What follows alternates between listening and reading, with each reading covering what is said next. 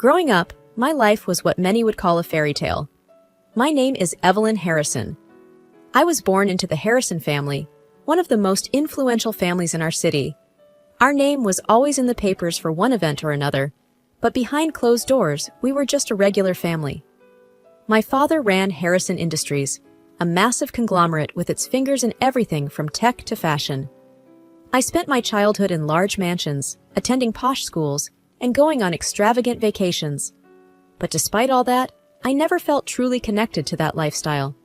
I enjoyed simple things, like reading a good book or having heartfelt conversations with close friends. During one of our family events, I met Daniel. He was different from the people I was used to. He wasn't from a wealthy family. In fact, he was there catering for the event. His laughter was genuine, and he had this light in his eyes, something I hadn't seen in a long while. "Hey, you're Evelyn, right?"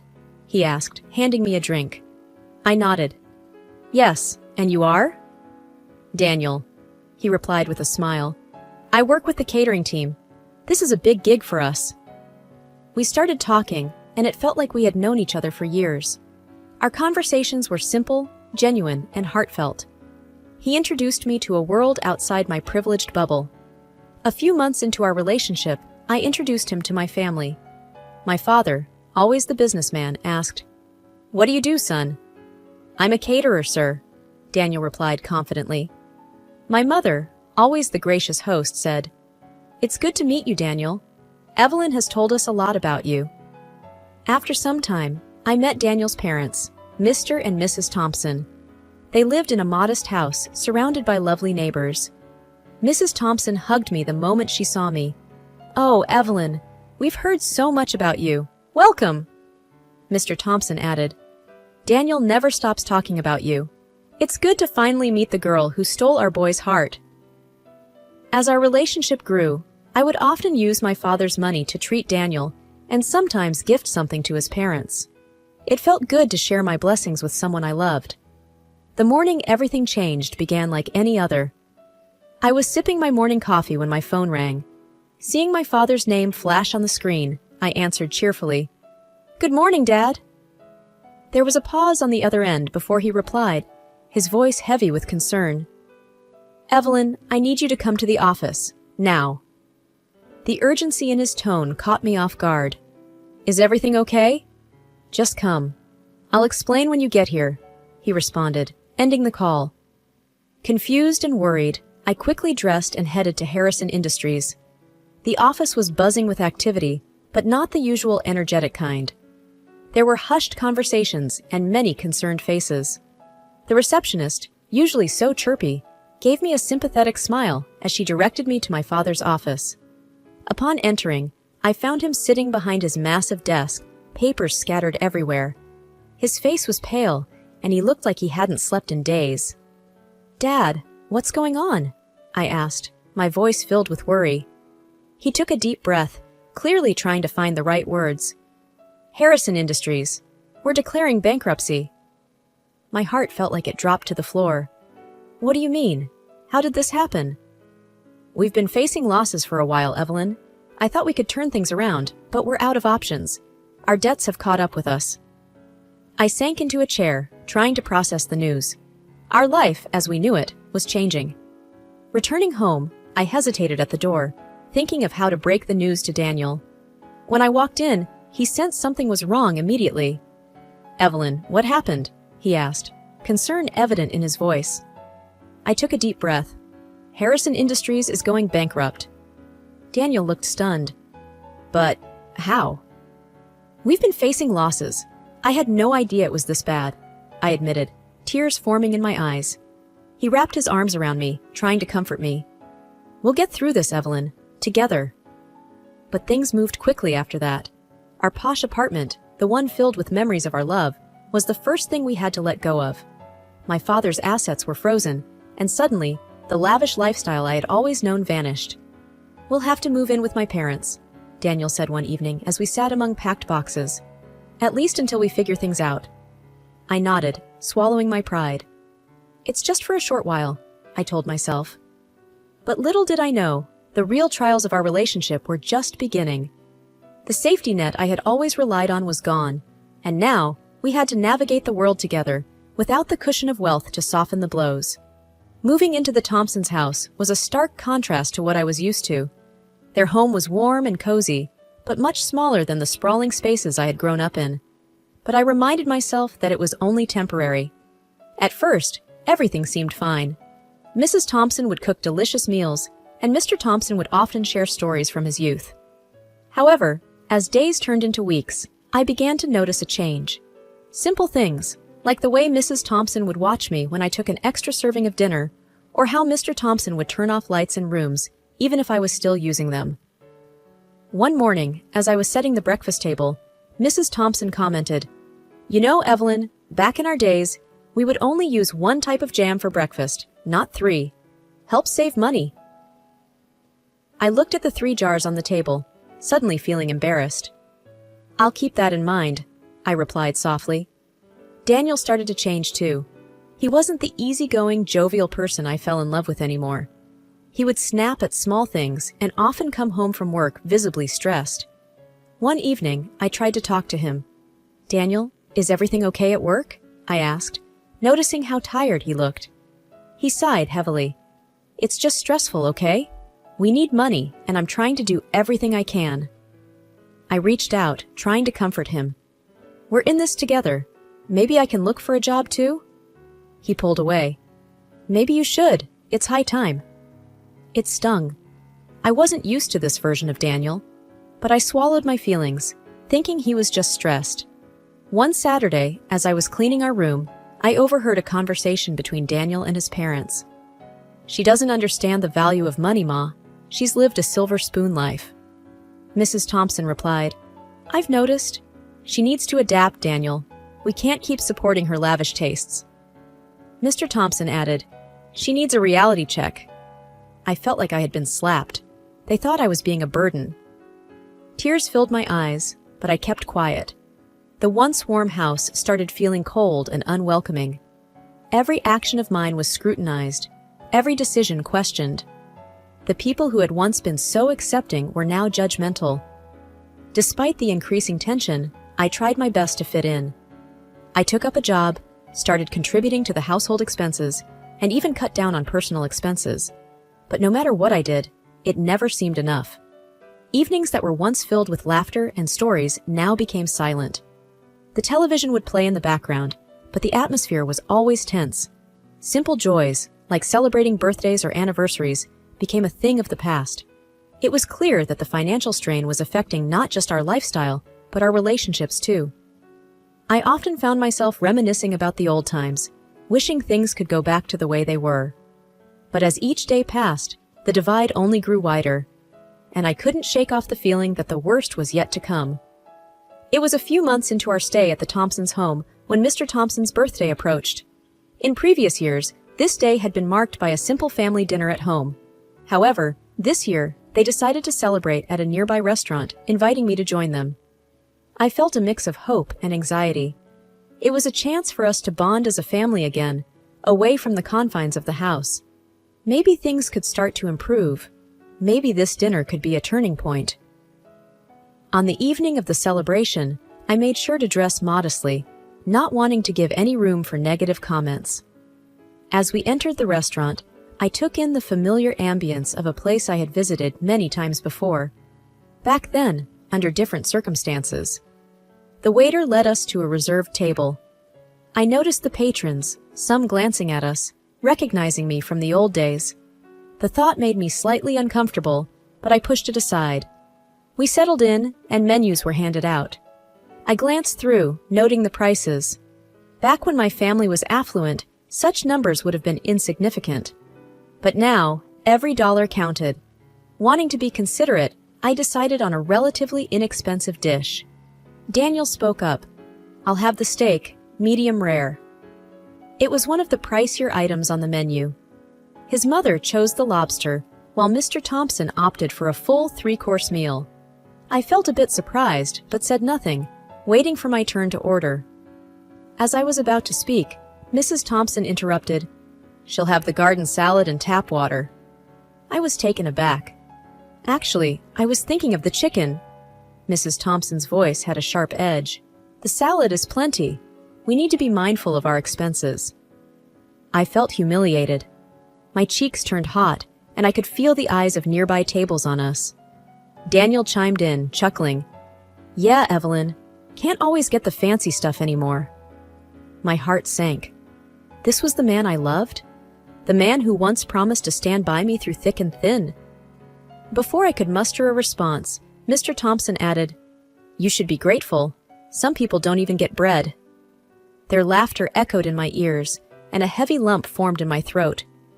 I felt like a spectacle, humiliated in front of an audience. With all eyes on me, I finally found my voice. "When my family was doing well, I shared everything I had with all of you.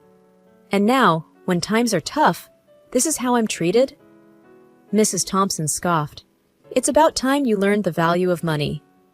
Daniel looked away, unable to meet my gaze. Mustering all the strength I had, I said, "I may not have the money I once did, but I still have my dignity." I stood up, leaving the table, the restaurant, and the whispers behind. The dinner, which I had hoped would be a turning point, had turned into a disaster. But it was also an awakening. I realized that while money could be lost and regained, some relationships were damaged beyond repair. And as I walked out into the cool night, I felt more determined than ever to find my way out of this mess. Morning rays streaked through the room, and with a heavy heart, I made my way downstairs. The aroma of freshly brewed coffee was a stark contrast to the cold atmosphere that greeted me. There, sitting around the breakfast table, were Daniel, his father, and his mother. The previous night's events still fresh in their minds and mine, the silence was palpable. Eager to break the tension, I decided to address the elephant in the room. "I understand last night was uncomfortable for everyone. Can we discuss it?" Daniel's mother scoffed.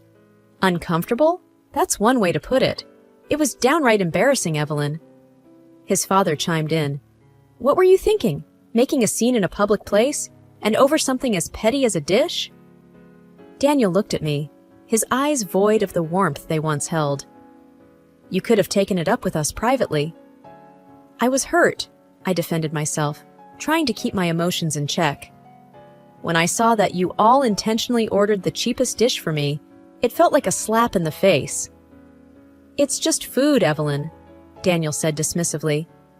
"No, it's not just about the food," I countered, my voice trembling with anger and hurt. "It's about respect, understanding, and love." I turned to Daniel, searching for any trace of the man I fell in love with. "Do you even love me, Daniel? Or was it always about the money?" He hesitated for a moment, then with a smirk replied, "Money is a significant addition to love, isn't it?" I felt like the ground beneath me had vanished. The weight of his words, filled with cynicism and devoid of any emotion, hit me harder than anything before. And to add salt to the wound, his mother added, "You were never a good fit for our family, always spending without thinking. Now you're just a freeloader." The hurt was too much to bear. The walls of the house, which once felt welcoming, now seemed to close in on me. Without another word, I turned away, my heart heavy, realizing that the love I thought was unbreakable was built on a foundation of convenience and materialism. Tears blurred my vision as I drove the familiar route to my parents' home. Every turn, every tree, brought back memories of a life that now felt worlds away. I wasn't sure how my parents would react, but I needed the comfort of home. The driveway looked the same, lined with the roses my mother loved so dearly. As I stepped out of the car, the front door opened, revealing my mother's worried face. "Evelyn!" She rushed towards me, pulling me into a tight embrace. Her warmth was an immediate solace, and I allowed myself a moment to just be held. Pulling back, she cupped my face, her eyes scanning for answers. "What happened, my love?" I swallowed hard, recounting the events of the past few months, ending with the disastrous dinner. She listened intently, her face a mixture of concern and anger. "Oh, Evelyn," she sighed, "you deserve so much better. I thought they loved me. I thought Daniel loved me." She brushed a strand of hair from my face. Sometimes, adversity reveals people's true colors. We were interrupted by the sound of my father's footsteps. He had a newspaper in hand, an amused expression on his face. "Is that my daughter I hear?" he said, feigning surprise. "Dad," I chuckled through my tears. He enveloped me in a hug, then held the newspaper out to me. The headline read, "Jackson Enterprises, from the brink to booming." "We're back on track," he said with a smile. I looked at him, shocked. "But how?" He chuckled. "Turns out the financial crisis wasn't as severe as we thought. With some smart moves and a bit of luck, we've not only recovered, but are thriving." I blinked back fresh tears, this time of relief. "Why didn't you tell me?" He shrugged. "I didn't want you to worry. Besides, I wanted to see who truly cared for my daughter, money or no money." My mother shot him a look. "You and your tests, John." I laughed. Typical Dad. We spent the evening reminiscing, the warmth of my childhood home providing the comfort I so desperately needed. As night fell and I lay in my old room, I realized that while I had lost a partner in Daniel, I had regained something far more valuable, my self-worth and the unwavering love of my family. No amount of money could replace that. The weight of the recent events left an indelible mark on my soul, but it also gave me a newfound clarity. With renewed determination, I made my way back to Daniel's parents' home one last time, a suitcase in one hand and a folded newspaper in the other. Daniel, caught off guard, looked at me. "Evelyn, what are you doing?" "Ending this charade," I replied calmly, handing him the divorce papers. His face went pale and he stammered, What is this?" "Exactly what it looks like. I'm done, Daniel." His mother, with a smug look on her face, chimed in, "Good riddance. We knew you'd come to your senses and leave our son. It's for the best." Suppressing the urge to snap back, I unfolded the newspaper, handing it over to them. The headline gleamed, "Local Business Tycoon's Company Makes Remarkable Comeback." Daniel's father took the newspaper, reading aloud, his voice quivering.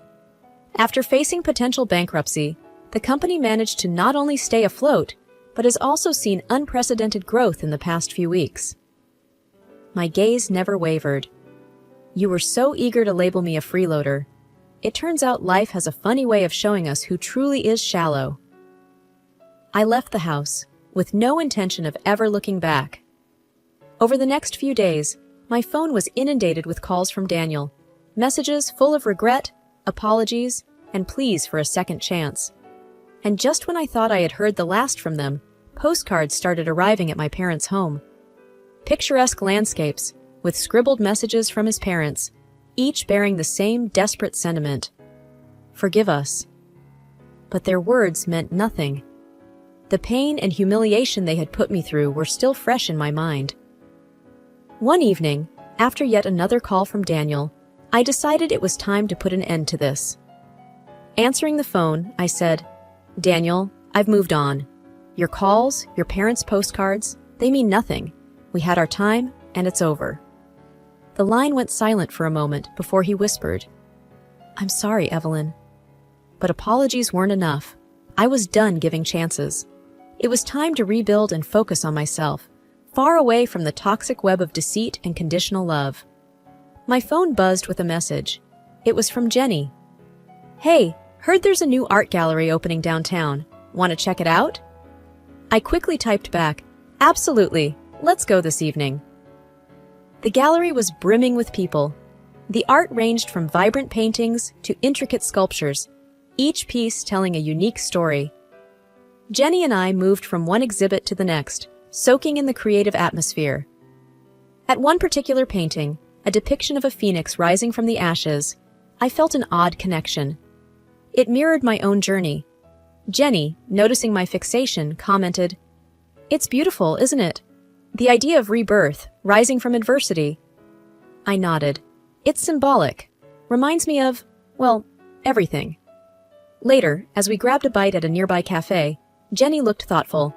"You know, there's this workshop next week. It's about rediscovering oneself, finding one's passion. Want to give it a shot?" My initial hesitation was evident, but then I thought, why not? "Sure, let's do it." Over the next few weeks, the workshop became a transformative experience. I dabbled in different activities, finding solace in painting. It became a therapeutic outlet for my emotions, each stroke reflecting my innermost feelings. One evening, after a particularly intense session, The workshop instructor approached me. "Your work, Evelyn, it's exceptional. Have you considered showcasing it?" The idea had never crossed my mind. "No, I haven't, but thank you." He smiled. "Think about it. Your art tells a story, and it deserves to be shared." Days turned into weeks, and soon, my small home studio was filled with paintings. The once unpacked boxes now contained art supplies. The transition was evident, from a woman scorned to an artist reborn. My father, ever the supportive figure, suggested organizing an exhibition. And with a little persuasion, I agreed. The opening night of the exhibition was a blur. Friends, family, and even strangers admired my work. The Phoenix painting, inspired by the gallery visit, was the star attraction. The evening concluded with a surprise. The workshop instructor approached, holding a check. "A buyer, Evelyn, for the Phoenix painting." Stunned, I stared at the figure. It wasn't about the money, but the validation. My journey, my pain, my rebirth, it had resonated with someone. As the days settled and the exhibition came to a close, I realized that life was full of unexpected twists. But with each downfall, there was an opportunity for a new beginning. My past with Daniel was just that, in the past. I had found my passion, my calling, and for the first time in a long time, I was genuinely happy. Life had come full circle. From pain to passion, from despair to hope, it was indeed a new beginning. And I was ready to embrace whatever came my way.